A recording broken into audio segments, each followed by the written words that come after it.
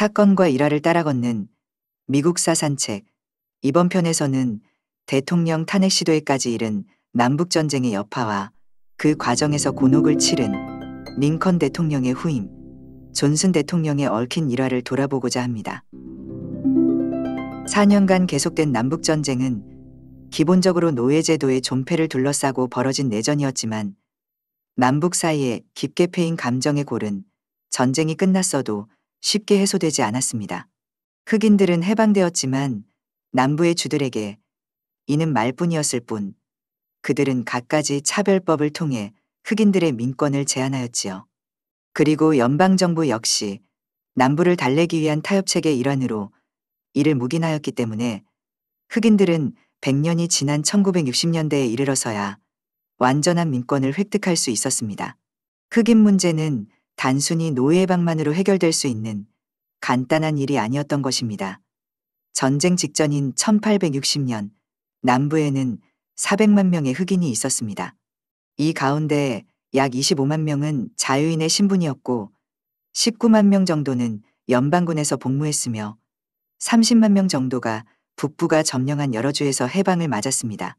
그러나 남부의 농장 안에서만 살아온 300만 정도의 흑인은 해방과 동시에 자력으로 생계를 꾸려나가야 할 형편에 놓이게 되었습니다. 이제 그들은 억압을 덜 받고 다소간의 자유를 누리게 되었으나 당장 하루하루 먹고 살아갈 일이 걱정이었습니다. 남북전쟁이 끝나고 얼마 후 흑인들을 위한 몇몇 학교들이 남부에서 문을 열었습니다. 학교는 배움에 굶주렸던 흑인들로 대만원을 이루었지요. 그리고 대부분의 흑인들은 곧 그들에게 농토와 말을 줄 것이라는 연방정부의 약속을 믿고 기대하고 있었습니다. 그러나 그 약속은 북부에서 내려온 정치꾼들이 그들의 목적을 달성하기 위하여 흑인들을 정치적으로 이용하려 했던 가머니설에 지나지 않았습니다. 이 같은 상황 속에서 의회는 임시의 결책으로 흑인에게 백인과 동등한 시민권을 부여하는 시민권 법안을 제정하고 해방노예관리국을 계속 존속시키기로 하였습니다. 해방노예관리국은 1865년 3월 1일 1년 기한으로 발족한 연방정부 기관으로서 흑인의 구호 문제와 취업 알선, 교육과 재판, 그리고 반역자로부터 몰수한 재산의 운용 등에 관한 일을 맡던 부서였습니다. 그러나 사리사욕에 눈이 멀어 부당하게 돈을 갈취하고 있던 공무원들 때문에 이 제도는 오히려 부작용만 야기했습니다. 다행히 해방노예관리국은 노동계약에 관한 문제만은 원만히 해결했습니다. 백인 고용주와 흑인 노동자 사이에 법적인 고용관계의 명문화가 부분적으로 이루어져 소작인 제도에 의한 농장 경영체제가 뿌리내리기 시작했던 것입니다. 전쟁 후 남부의 경제 문제는 정치 못지않게 심각했지요. 대농장주들은 형편없이 몰락했으며 농장주와 노예 사이에 맺어졌던 오랜 인간관계도 끊어져 버렸습니다. 농장주들은 드넓은 농장을 스스로 경작할 수 없었고 해방된 노예들도 어떻게 살아가야 할지를 몰랐습니다. 이때 등장한 해결 방법이 일종의 소작농 방법이었지요. 농장주는 대농장을 소규모로 쪼개어 흑인 소작인들이나 백인 빈농들에게 나누어 경작하게 하면서 집, 농기구, 비료, 종자 등을 먼저 빌려주고 그 대가로 수확량의 3분의 1을 차지하였습니다.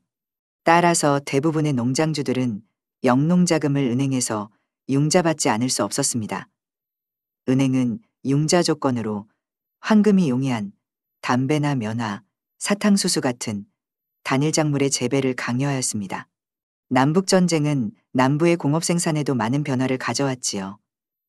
전쟁을 위해 건축되었던 군사물자나 각종 공산품 생산시설을 활용할 필요가 있었으며 가난한 백인들을 위해서도 공장 건설은 필요했습니다. 또 남부에는 석탄과 철광석 등의 지하자원이 풍부하였으므로 우선 광산을 개발하여 상당수의 노동자들을 취업시켰습니다. 또 대량 생산되는 면화를 효과적으로 활용하기 위해 연직물 공업도 육성하기 시작했지요. 물론 이러한 공업화 과정에서 농업 위주의 사회 전통과 과다한 철도 운임, 고율 관세 등의 장애 요소를 극복해야만 했습니다. 그러나 한편으로 남부의 공장들은 노동자의 저임금과 남부 특유의 온정주의 등의 혜택을 볼 수 있었습니다. 남북전쟁은 북부의 승리로 막을 내렸으나 링컨 암살 후의 국내 정세는 순탄하지만은 않았습니다. 승자와 패자가 얼굴을 맞댄 채 합법적인 주정부가 존재하지 않았던 남부를 무리 없이 통치하기란 결코 쉬운 일이 아니었지요. 종전 후 남군 병사들이 그들의 고향으로 돌아와 보게 된 것은 불타버린 마을, 황폐한 도시, 황무지로 변한 농장 등 온통 폐허뿐이었습니다. 시간이 지날수록 남부인들은 북부인들에 대한 반감이 높아져 그들에게 불만을 표출하기 시작했지요. 그래서 하루가 멀다 하고 이곳저곳에서 남부인과 북부인 사이에서 또는 남부인 간의 크고 작은 사건들이 터졌으나 다행스럽게도 연방군의 감시와 중재로 문제가 크게 확대되지는 않았습니다. 한편 전후 문제 처리에 관한 링컨의 구상이 너무도 관대했기 때문에 북부의 급진파들은 링컨의 정책에 비난의 화살을 퍼부었습니다. 그러나 링컨이 암살되고 앤드루 존슨이 대통령직을 승계하자 북부의 급진파들은 일단 안도의 한숨을 내쉬었지요. 테네시주의 연방상원의원 출신이었던 존슨 대통령은 남부의 연방 탈퇴에도 불구하고 자신의 직위를 그만두지 않은 유일한 남부의 상원의원이었습니다. 노예를 소유한 민주당원이었지만 존슨은 합중국을 지지하였고 남북전쟁 동안에도 테네시주의 주지사로 임명되어 북부를 위해 싸웠습니다. 이런 존슨은 평소에 남부인을 가리켜 썩을 대로 썩어 위험스럽기 짝이 없는 귀족 정치 집단이라고 공격했지요. 그리고 남부의 대농장을 몰수한 후 작게 나누어 성실하게 일하는 빈농들에게 공매해야 한다는 지론을 가지고 있었습니다. 암살당한 링컨의 자녀임기를 맡게 된 존슨은 막상 정권을 잡게 되자 복수심에 불타는 자신의 생각은 위험하다는 것을 깨닫게 되었습니다. 그리하여 1865년 5월 반란자 남부인에 대한 대사면령을 공포하였습니다. 또한 존슨은 그해 여름에 약간의 수정을 가한 링컨의 재건 계획을 실행에 옮기려 하였지요.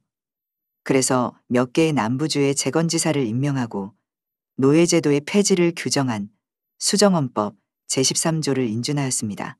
그런데 얼마 후 합법적인 절차를 밟아 선출된 남부 각주의 상하의원들이 연방의회에 참석하자 북부의 급진파가 주도하던 연방의회는 그들을 가리켜 존슨 정부의 하수인들이라고 야유하면서 신임장 심사와 인준을 거부하였지요. 왜냐하면 남부 출신의 의원들은 사실상 남부식으로 흑인 문제를 해결하고자 했기 때문이었습니다. 남부는 그들의 패배와 노예해방을 받아들이고 있었지만 당장 흑인이 백인과 동등한 지위를 가져야 한다는 사실을 인정할 수는 없었던 것입니다. 따라서 대부분의 남부주에서는 현실적으로 흑인에 대한 차별 대우는 좀처럼 고쳐지질 않고 있었습니다. 몇 가지 예로 흑인 단속법은 백인과 흑인의 결혼을 금지하였고 학교 교육에서도 원칙적으로 차별을 인정했습니다. 또 불량자 단속법은 그를 모르는 흑인에게 벌금을 부과했고 벌금을 못 낼 경우 강제노동으로 보상하게 되어 있었습니다. 남부의 백인들은 흑인에게 자유와 평등을 허용하되 그 순서와 과정은 점진적이어야 한다고 생각했던 것입니다. 그래서 북부인을 중심으로 한 의회의 급진파는 남부가 명목만 바꾸었을 뿐 사실상 노예제도를 부활시키려 한다고 맹렬한 비난을 퍼부었습니다. 존슨 대통령의 전후 문제 처리를 지켜보던 북부의 급진파는 마침내 그의 유화 정책에 분노를 터뜨렸습니다.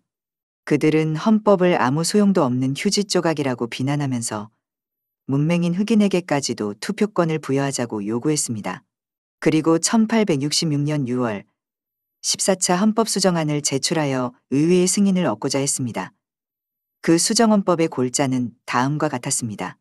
첫째, 흑인에게 국적과 시민권을 부여한다.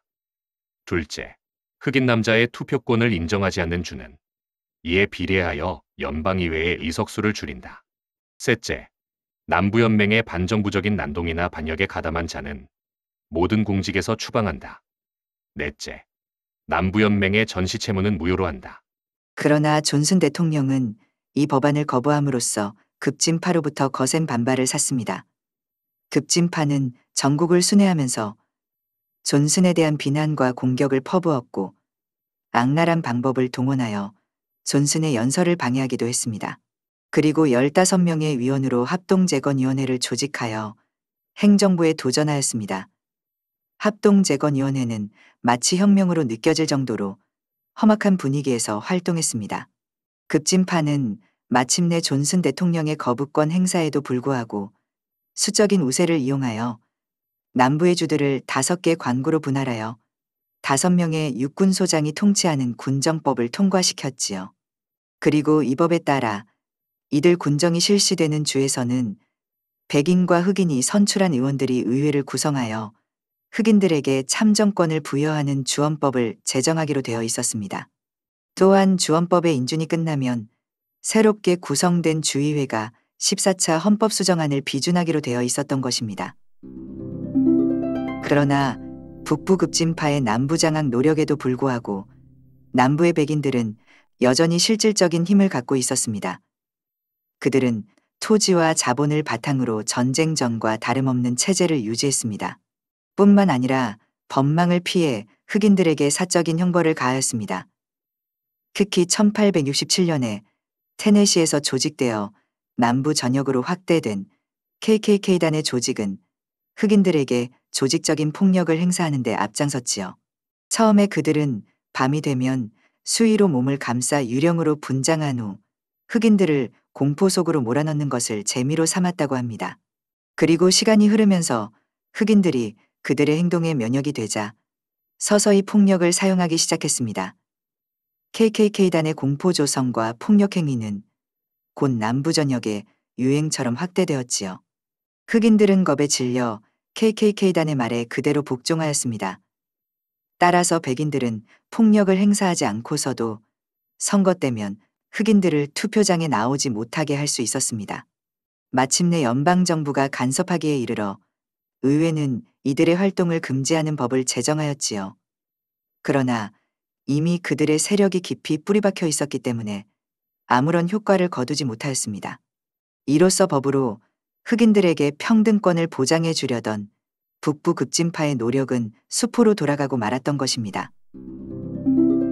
의회 내에서 압도적인 우위를 차지하고 있던 북부 급진파는 남부에 대한 그간의 노력이 실패로 돌아가자 그 책임을 존슨 대통령에게 돌렸지요. 이러한 분위기 속에서 존슨 대통령이 의회의 급진파와 가까운 국방장관 에드윈 스탠턴을 해임하자 의회는 상원의 동의 없이는 대통령이 임의로 강요를 해임할 수 없도록 하는 신분보장법을 제정하였습니다.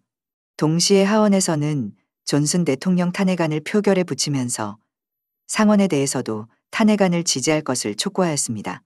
존슨 대통령에 대한 탄핵 사유는 강요를 해임한 행위가 월권행위였으며 의회의 정책을 반대했으며 의회의 정책을 비판하면서 대통령의 품위를 손상하는 과격한 용어를 사용했다는 것 등이었습니다. 결국 급진파가 장악한 하원에서 탄핵안은 통과되었으며 상원에서도 탄핵 심판이 열리게 되었습니다. 그러나 존슨에게 불리하게 작용했던 상원의 여론 속에서도 그가 강요를 해임한 것은 정당한 행위였음이 밝혀졌습니다. 그리고 탄핵 심판 과정에서 만약 탄핵안이 통과되어 대통령이 물러나게 될 경우 위험한 선례를 남기게 된다는 점이 지적되었습니다. 결국 존슨 대통령에 대한 탄핵 시도는 7명의 공화당 의원이 등을 돌림으로써 한 표 차로 부결되고 말았지요. 그리하여 존슨 대통령은 임기가 만료될 때까지 계속해서 직무할 수 있었습니다. 1868년 5월 의회에서 탄핵 심판이 진행되는 동안 공화당원들은 그해의 대통령 선거 후보로 남북전쟁의 영웅 율리시스 그랜트를 지명하였습니다. 존슨은 민주당 후보로 지명받아 재선되기를 원했으나 적극적으로 선거운동을 하지는 않았습니다.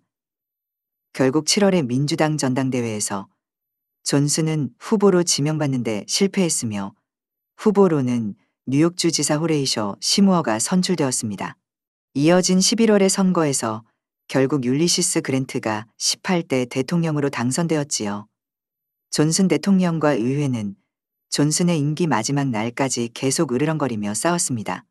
존슨이 의회의 재건법안들을 거부하면 의회는 그의 거부권을 즉시 무시하였지요. 존슨은 백악관을 떠나면서 행한 이면설에서 급진파 공화당원들을 맹렬히 공격했습니다. 한편 존슨 대통령의 가장 큰 외교적 업적은 1867년 4월 9일 윌리엄 스워드 국무장관의 주도로 러시아로부터 알래스카 매입 협상을 성공시킨 것이었습니다. 비판자들은 알래스카를 스워드의 얼음상자라며 비웃었지만 이는 기우였음이 훗날 밝혀지게 되지요. 스워드는 덴마크령 서인도 제도의 매입에도 적극적으로 나섰으나 상원의 반대로 무산되었습니다. 대통령 퇴임 후 존슨은 계속 정치활동을 하다가 1875년 테네시주 연방상원의원에 당선되어 불과 4개월간 재임한 후 사망했습니다. 그는 대통령직을 마친 후 상원의원에 당선된 유일한 대통령으로 이름이 남아 있습니다. 지금까지 대통령 탄핵 시도에까지 이른 남북전쟁의 여파와 그 과정에서 곤혹을 치른 링컨 대통령의 후임, 존슨 대통령의 얽힌 일화를 돌아보았습니다. 마치겠습니다.